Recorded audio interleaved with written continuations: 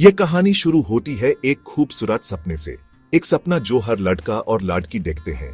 अपनी शादी का सपना, अपने हमसफर के साथ एक नई जिंदगी शुरू करने का सपना।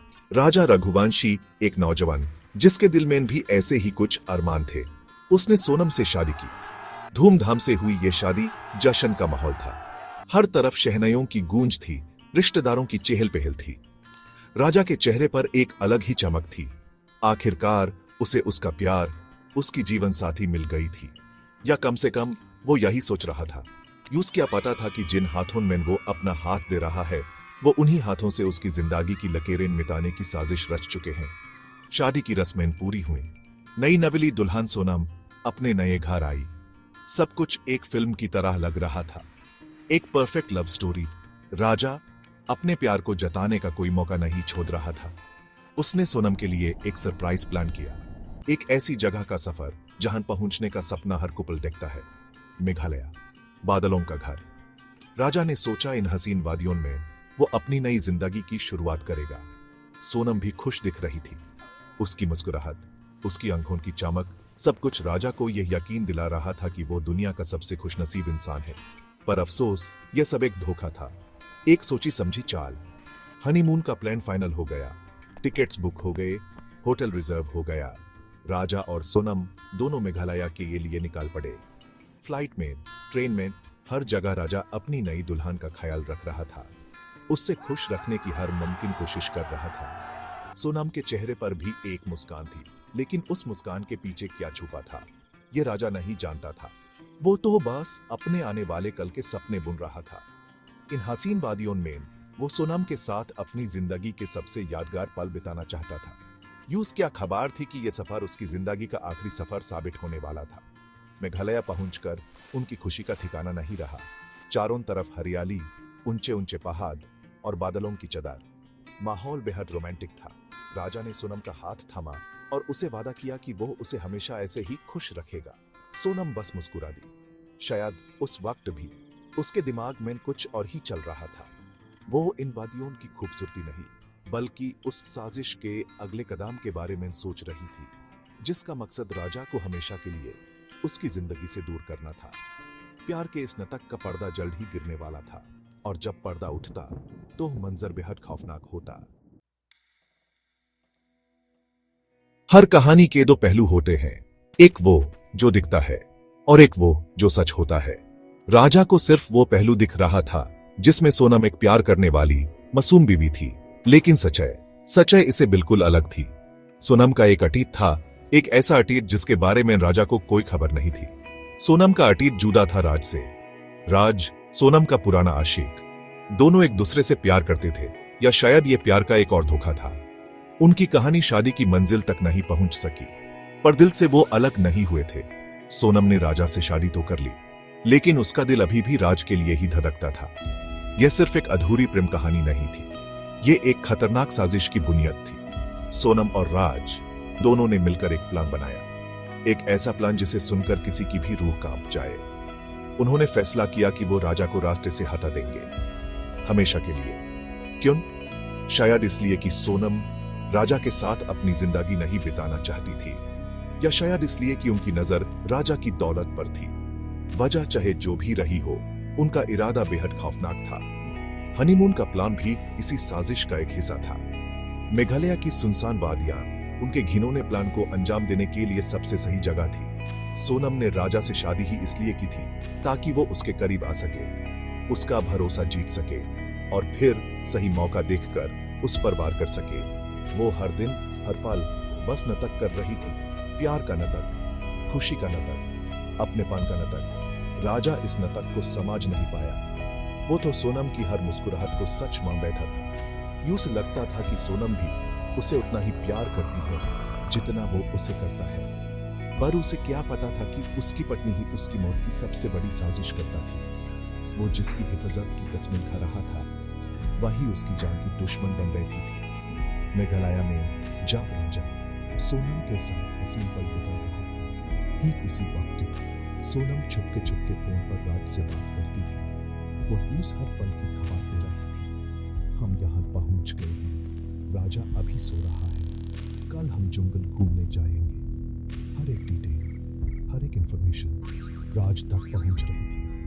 ये कॉल सिर्फ बातचीत नहीं थी, ये एक कत्ल की प्लानिंग के लिव अपडेट्स थे। राजा बेखबर था कि उसकी हर हरकत पर नजर रखी जा रही है, और ये नजर रखने वाला कोई और नहीं बल्कि उसकी अपनी पत्नी थी, जिसने अपने आशिक के साथ मिलकर उसकी मौत का फरमान लिख दिया था। सोनम का चेहरा एक मुखौटा था, एक खूबसूरत मुखौटा जिसके पीछे एक बेहद भयानक सच छुपा था। वो राजा के सामने एक आदर्श पत्नी बनने का नाटक करती, उसके लिए चाय बनाती, उसके कपड़े ठीक करती, उससे मीठी मीठी बातें करती। राजा ये सब देखकर फूला नहीं समझता था। यूं लगता था कि उसने सही जीवन साथी चुना है, पर हर एक मुस्कान, हर एक प्यार भरी बात एक झूठ थी, एक सोचा समझा झूठ। सोनम का दिल नफरत से भरा था, एक ऐसी नफरत जिसका अंदाजा राजा को बिल्कुल नहीं था। वो उस इंसान से नफरत करती थी जिसके नाम का सिंदूर उसने अपनी मांग में भरा था। उसकी असली वफादारी राज के साथ थी, राज जो इस कहानी का विलेन था। सोनम और राज का रिश्ता सिर्फ प्यार का नहीं बल्कि जुर्म की साझेदारी का रिश्ता बन चुका था। वो घंटों फोन पर बातें करते, लेकिन ये बातें प्यार मोहब्बत की नहीं होती थी, ये बातें होती थी कत्ल की। कैसे राजा को मारना है, कहां मारना है, और कैसे इस कातिल को एक हादसा दिखाना है, हर चीज डिटेल में प्लान की जा रही थी। सोनम जो राजा के साथ उसके ही बिस्तर पर सोती थी, उसके कानों में प्यार की बातें नहीं बल्कि मन ही मन में उसकी मौत की दुआएं करती थी। यह धोखे की इंतहा थी। राजा को हटाने का प्लान बेहद शातिर दिमाग से बनाया गया था। उन्होंने सोचा कि अगर राजा की मौत एक हादसे जैसी लगे तो पुलिस कभी भी उन पर शक नहीं करेगी, और इसके लिए मेघालय की गहराई, ऊंचे पहाड़ और घने जंगल से बेहतर जगह क्या हो सकती थी। प्लान यह था कि घूमने के बहाने राजा को किसी सुनसान जगह पर ले जाया जाएगा, किसी ऊंची चोटी पर या किसी गहरे झरने के पास, और फिर यूं धक्का दे दिया जाएगा, एक छोटा सा धक्का, और राजा हमेशा के लिए गायब हो जाएगा। दुनिया के लिए यह एक अनफॉर्चुनेट एक्सीडेंट होगा, एक टूरिस्ट जो घूमते वक्त ही अपना बैलेंस को बैठा और खाई में गिर गया। सोनम इस प्लान का सबसे अहम हिस्सा थी। उसकी जिम्मेदारी थी राजा को उस जगह तक ले जाना, उसका भरोसा बनाए रखना, ताकि राजा को आखिरी पल तक किसी भी गड़बड़ का एहसास न हो। वो एक माहिर कलाकार की तरह अपना किरदार निभा रही थी। उसने राजा से जिद की कि वो मेघालय के अंदर खाने जो ट्रैकिंग करना चाहती थी। राजा अपनी पत्नी की ख्वाहिश पूरी करने के लिए तैयार था। उसने उसका पता था कि वो ट्रैकिंग कर रही है, सामने उसके बाद की टिकट की कंफर्मेशन थी। उसने अपना काम कर दिया था, अब बारी थी राज की और उसके किराए के गुंदों की। राज सिर्फ एक आशिक नहीं था, वो इस साजिश का मास्टरमाइंड था। उसने समझा कि राजा को मारना उन दोनों के बस की बात नहीं है। इस काम को अंजाम देने के लिए उन्हें प्रोफेशनल लोगों की जरूरत पड़ेगी, ऐसे लोग जिनके लिए किसी की जान लेना एक मामूली काम हो। राज ने अपने दोस्तों से संपर्क किया, पर ये दोस्त दोस्ती निभाने वाले नहीं, पैसे के लिए कुछ भी करने वाले लोग थे। उनके नाम थे आनंद, आकाश और विकी। इन तीनों को पैसों का लालच दिया गया। उन्हें बताया गया कि एक छोटा सा काम करना है, एक आदमी को रास्ते से हटाना है और बदले में उन्हें मोटी रकम मिलेगी। आनंद, आकाश और विकी इस सुपरी के लिए तैयार हो गए। उनके लिए यह बस एक कॉन्ट्रैक्ट था, एक डील। उन्हें इससे कोई फर्क नहीं पड़ता था कि राजा कौन है, उसका क्या कसूर है। उन्हें सिर्फ अपने पैसों से मतलब था। राज ने उन्हें पूरा प्लान समझाया। उन्हें मेघालय पहुंचना था, राजा और सोनम का पीछा करना था, और सही मौका मिलते ही राजा को एक एक्सीडेंट में मार देना था। यह तीनों भी राजा और सोनम के मेघालय पहुंचने के आसपास ही वहां पहुंच गए। वो दूर से राजा और सोनम पर नजर रख रहे थे, इंतजार कर रहे थे राज के अगले हुक्म का। साजिश का जाल पूरी तरह से बुन चुका था। एक तरफ राजा अपनी पत्नी के साथ हनीमून मना रहा था बेखबर, दूसरी तरफ सोनम अपने आशिक राज को पल पल की खबर दे रही थी, और तीसरी तरफ राज अपने किराए की गुंडों को निर्देश दे रहा था। ये एक ऐसी त्रिकोण आकृति थी जिसके केंद्र में राजा था, जो हर तरफ से मौत से घिर चुका था। आनंद, आकाश और विकी ने राजा और सोनम की गाड़ी का पीछा करना शुरू कर दिया। वो इस बात का ध्यान रख रहे थे कि वो राजा की नजरों में न आए। उनका काम था सही वक्त और सही जगह का इंतजार करना। राज ने सोनम को बता दिया था कि उसके दोस्त हिमालय पहुंच चुके हैं। अब सोनम को उनके लिए मौका बनाना। प्लान के मुताबिक सोनम ने राजा को एक दूर-दराज के जंगल में एक वाटरफॉल देखने के लिए राजी किया। ये एक ऐसी जगह थी जहां आमतौर पर टूरिस्ट्स की भीड़ होती। सुनसान रास्ते, घना जंगल और एक गहरा वाटरफॉल ये कातिलों के लिए अपना काम अंजाम देने के लिए बिल्कुल परफेक्ट सेटिंग था। राजा सोनम की खुशी के लिए इस खतरनाक सफर पर जाने को तैयार। वो अनजान अपनी मौत की तरफ कदम बढ़ा रहा था और उसकी रहनुमाई करने वाली उसकी अपनी पत्नी थी। वो दिन आ ही गया, राजा की जिंदगी का आखिरी दिन। सुबह सब कुछ सामान्य था। राजा उठा, उसने सोनम के चेहरे पर वही झूठी मुस्कान देखी। वो दोनों तैयार हुए। उन्होंने एक लोकल टैक्सी हायर की उस अनजान वाटरफॉल की तरफ जाने के लिए। टैक्सी ड्राइवर को भी अंदाजा नहीं था कि वो जिन सवारियों को ले जा रहा है उनमें से एक कातिल है और एक शिकार। रास्ता लंबा था और सुनसान, घने जंगल के बीच से गुजरती हुई एक पतली सी सड़क। राजा बाहर के नजारों का लुत्फ ले रहा था। यूस बिल्कुल भी एहसास नहीं था कि एक और गाड़ी उनकी टैक्सी का पीछा कर रही है। उस गाड़ी में सवार थे आनंद, आकाश और विकी। जंगल के बीच एक जगह पर गाड़ी रुकी। यहां से वाटरफॉल तक का रास्ता पैदल तय करना था। राजा और सोनम गाड़ी से उतरे। राजा ने सोनम का हाथ थमा। वो जंगल के उस कच्चे रास्ते पर आगे बढ़ने लगे। कुछ ही दूरी पर आनंद, आकाश और विकी भी अपनी गाड़ी से उतरकर उनके पीछे चल पड़े। अब वो बिल्कुल करीब थे। राजा को शायद कुछ अनहोनी का एहसास हुआ होगा। उसने पीछे मुड़कर देखा भी, पर घने पेड़ों के बीच यूं कुछ साफ नजर नहीं आया। सोनम ने उसका ध्यान भटकाया और उसे आगे चलने को कहा। वो अपने प्लान के आखिरी हिस्से को अंजाम देने के लिए बेचैन थी। वो वाटरफॉल के पास पहुंच गए। जगह बेहद खूबसूरत थी, पर उतनी ही खतरनाक। ऊंचाई से गिरता पानी नीचे पत्थरों से टकरा रहा था। शोर इतना था कि किसी की चीख भी सुनाई न दी। यह सब प्लान का हिस्सा था। सोनम ने राजा को वाटरफॉल के बिल्कुल करीब एक पत्थर पर खड़े होकर फोटो खींचना को कहा। राजा अपनी पत्नी की बात कैसे टाल सकता था। वो उस पत्थर पर जाकर खड़ा हो गया। उसने सोनम की तरफ देखकर मुस्कुराया। शायद ये उसकी आखिरी मुस्कुराहट थी। उसी वक्त आकाश और विकी झाड़ियों से बाहर निकले। राजा उन्हें देखकर चौंक गया। उसे कुछ समझ आता इससे पहले उन्होंने राजा पर हमला कर दिया। सोनम दूर खड़ी है, सब देखती रही। उसके चेहरे पर कोई शिकन नहीं थी, कोई डर नहीं था। राजा ने खुद को बचाने की कोशिश की। वो उन तीनों से लड़ने लगा, पर अकेला वो तीन लोगों का मुकाबला कैसे करता। उन्होंने राजा को पूरी तरह से मारा और फिर उन्होंने वही किया जिसके लिए वो यहाँ थे। उन्होंने राजा को उठाया और उस ऊंचे वाटरफॉल से नीचे खाई में फेंक दिया। चीख पानी के शोर में दबकर रह गई। राजा रघुवंश जी अपनी ही पत्नी की साजिश का शिकार होकर उस अनजान जंगल में कहीं खो गया। सोनम ने एक लंबी सांस ली। उसका काम पूरा हो चुका था। राजा के गायब होने के बाद सोनम ने अपना अगला नाटक शुरू किया। उसने पुलिस को खबर दी। वो रो रही थी, चिल्ला रही थी। उसने पुलिस को बताया कि वो और उसका पति जंगल में घूम रहे थे।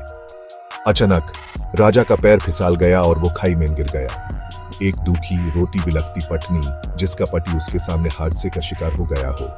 पहली नजर में पुलिस को भी उसकी कहानी पर यकीन हो गया। ऐसे हादसे इन इलाकों में अक्सर होते रहते हैं। पुलिस ने राजा की तलाश के लिए सर्च ऑपरेशन शुरू किया, लेकिन राजा का कुछ पता नहीं चला। घना जंगल, तेज बहता पानी, राजा को ढूंढना लगभग नामुमकिन था। पुलिस ने सोनम से पूछताछ शुरू की। उसे हादसे के बारे में डिटेल से बताने को कहा। सोनम ने अपनी बनाई हुई कहानी पूरे कॉन्फिडेंस के साथ सुनाई। लेकिन कहते हैं ना, जुर्म कितना भी शातिर तरीके से किया जाए, कोई ना कोई सुराग छोड़ ही जाता है।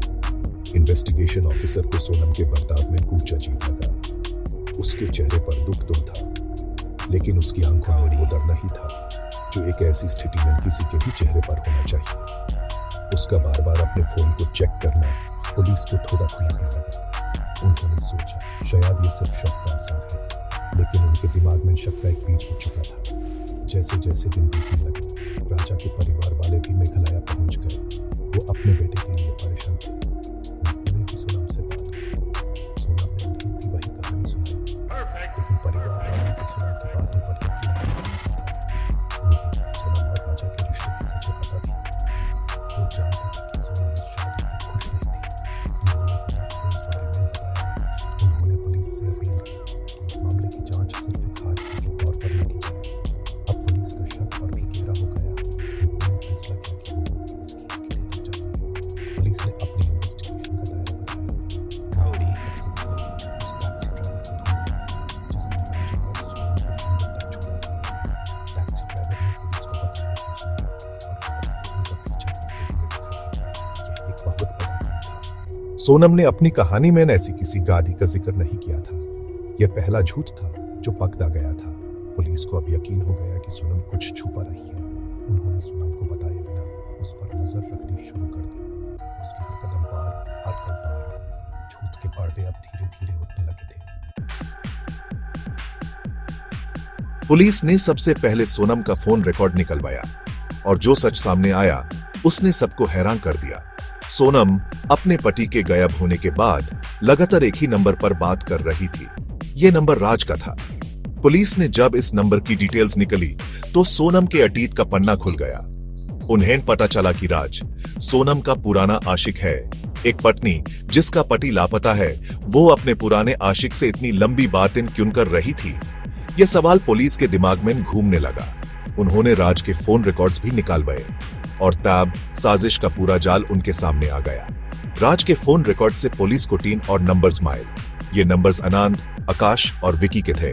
पुलिस ने इन नंबर्स की लोकेशन ट्रैक की और उन्हें पता चला कि राजा के गायब होने के दिन ये तीनों भी मेघालय में उसी जंगल के आसपास मौजूद थे। अब पूरी तस्वीर साफ हो रही थी। सोनम, राज, आनंद, आकाश, विकी, ये पांचों लोग इस जंग में शामिल थे। ये कोई हादसा नहीं था। ये एक सोची समझी साजिश थी, एक प्री प्लान्ड मर्डर। पुलिस के पास अब आरोपियों के खिलाफ एक मजबूत केस बन रहा था। पुलिस ने अपनी इन्वेस्टिगेशन को और आगे बढ़ाया। उन्होंने उस रूट की ये सारे सीसीटीवी फुटेज खंगालना शुरू किए जहां से राजा और सोनम गुजरे थे।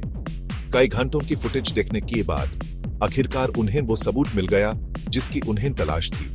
एक सीसीटीवी कैमरामैन राजा और सोनम की टैक्सी के ठीक पीछे वो गाड़ी साफ नजर आ रही थी जिसमें आनंद, आकाश और विकी सवार थे। ये एक ऐसा सबूत था जिसे झुटलाया नहीं जा सकता था। उन्होंने उस गाड़ी का नंबर प्लेट ट्रेस किया और पता चला कि गाड़ी रेंट पर ली गई थी। रेंट कार एजेंसी से उन्हें उन तीनों के आइडेंटिटी प्रूफ्स भी मिल गए। सबूतों का जाल अब पूरी तरह से बुन चुका था।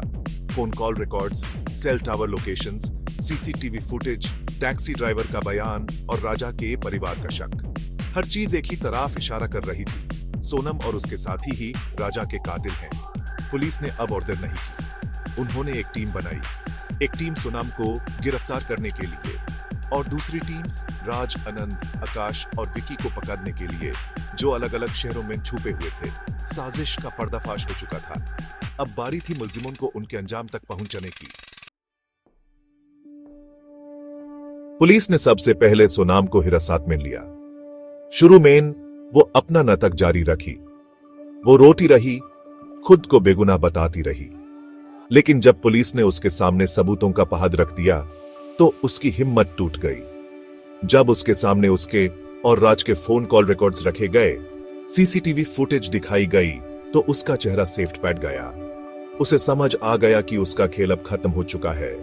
उसने पुलिस के सख्त सवालों के आगे घुटने टेक दिए और आखिरकार उसने अपना जुर्म कबूल कर लिया। उसने पूरी साजिश का कच्चा चिट्ठा पुलिस के सामने खोलकर रख दिया। सोनम के इकरार जुर्म के आधार पर पुलिस ने बाकी मुलजिमों को भी एक एक करके धर दबोच लिया। राज को उसके शहर से गिरफ्तार किया गया। आनंद, आकाश और विकी भी जल्द ही पुलिस की गिरफ्त में थे। शुरू में उन्होंने भी इनकार किया, लेकिन जब उनका आमना सामना सोनम से कराया गया और जब उन्हें उनके खिलाफ इकट्ठे किए गए सबूत दिखाए गए तो उन्होंने भी सच उगल दिया। उन्होंने कबूल किया कि राज ने उन्हें राजा को मारने के लिए पैसे दिए थे। उन्होंने पूरी घटना का विवरण दिया कि कैसे उन्होंने राजा का पीछा किया और कैसे उस वाटरफॉल से नीचे फेंक दिया। मामला अब अदालत में पहुंचा। मीडिया में इस केस ने खूब सुर्खियां बटोरी। हनीमून मर्डर केस के नाम से यह मशहूर हो गया। हर कोई इस बात से हैरान था कि एक पत्नी अपने पति की मौत की साजिश कैसे रच सकती है, वो भी शादी के चंद दिनों बाद ही। अदालत में केस की सुनवाई शुरू हुई। पुलिस ने एक मजबूत चार्जशीट दाखिल की। उनके पास मुल्जिमों के इकरार जुर्म थे, गवाह थे और साइंटिफिक एविडेंस भी थे। केस बिल्कुल साफ लग रहा था। ऐसा लग रहा था कि जल्द ही राजा के कातिलों को उनके किए की सजा मिल जाएगी। लेकिन कानूनी प्रक्रिया लंबी और जटिल होती है। केस अभी भी अदालत में चल रहा है। सुनवाई पर सुनवाई हो रही है, तारीख पर तारीख बढ़ रही है। सभी मुल्जिम जेल में हैं, लेकिन उन्हें अभी तक सजा नहीं सुनाई गई है। राजा का परिवार आज भी इंसाफ के लिए भटक रहा है। वो हर तारीख पर अदालत आते हैं, इस उम्मीद के साथ कि शायद आज उनके बेटे के कातिलों को सजा मिले। उनकी आंखों में इंतजार है, एक ऐसा इंतजार जो हर गुजारते दिन के साथ और लंबा होता जा रहा है। इंसाफ का पहिया घूम तो रहा है, लेकिन बेहद धीमी गति से। यह कहानी सिर्फ जुर्म और साजिश की नहीं है। यह कहानी है टूटे हुए विश्वास की, एक ऐसे धोखे की जिसने एक हंसते खेलते परिवार को बर्बाद कर दिया। राजा रघुवंशी ने सोनम से शादी की थी, एक खूबसूरत भविष्य का सपना देखकर। उसने सोनम पर अपनी जान से ज्यादा भरोसा किया, और उस भरोसे का सिला उसे क्या मिला? मौत। एक ऐसी मौत जिसे उसकी अपनी पत्नी ने ही प्लान किया था। सोनम ने सिर्फ राजा का कत्ल नहीं किया, उसने प्यार, शादी और विश्वास जैसे पाक रिश्तों का भी कत्ल किया है। उसने एक मुखौटा पहनकर एक पूरे परिवार की खुशियों को नजार लगा दी। आज राजा का परिवार एक ऐसी जिंदगी जीने पर मजबूर है जिसमें हर पल एक कसक है, एक दाढ़ है। उनकी आंखें अपने बेटे को ढूंढती हैं, उनका दिल इंसाफ के लिए तड़पता है। वो हर दिन उस पल को कोसते हैं जब उन्होंने सोनम को अपनी बहू बनाकर अपने घर लाया। उन्हें क्या पता था कि वो अपने घर में एक बहू नहीं, बल्कि अपने बेटे की कातिल को ला रहे हैं। उनका गुस्सा, उनका दुख, उनका इंतजार, सब कुछ इस अधूरी कहानी का हिस्सा है। उनकी बस एक ही मांग है, इंसाफ। वो चाहते हैं कि राजा के गुनहगारों को सख्त से सख्त सजा मिले, ताकि किसी और राजा को किसी और सोनम के धोखे का शिकार न होना पड़े। सोनम और उसके साथी आज सड़कों के पीछे हैं, लेकिन उनका जुर्म इतना बड़ा है कि कोई भी सजा उसकी भरपाई नहीं कर सकती। एक इंसान की जान चली गई, एक परिवार बिखर गया, और यह सब हुआ एक झूठे प्यार और चांद पैसों के लालच में। यह केस हम सब के लिए एक सबक है, एक चेतावनी है। यह हमें याद दिलाता है कि हर मुस्कुराते चेहरे के पीछे की सच्चाई हम नहीं जानते। हर रिश्ते की नींव विश्वास पर टिकी होती है, और जब यह विश्वास टूटता है तो उसकी आवाज दूर तक जाती है। राजा की कहानी अभी अधूरी है, अधूरी इसलिए क्योंकि इंसाफ का आखिरी फैसला आना अभी बाकी है। राजा को इस दुनिया से चला, लेकिन उसके परिवार की और इंसाफ की उम्मीद रखी भी जिंदा है। हम सबको उम्मीद है कि अदालत जाएगी अपना फैसला सुने और इन गुनहगारों को उनके किए की सजा मिले, ताकि राजा की आत्मा को शांति मिल सके और ताकि समाज में इंसान के साथ जो भी व्यवस्था जो भी शपथ पूर्ण हो, उसका अंजाम हमेशा बुरा होता है। सावधान रहें, सतर्क रहें, अपने आसपास हो रही हर घटना पर नजर रखें। क्या पता कौन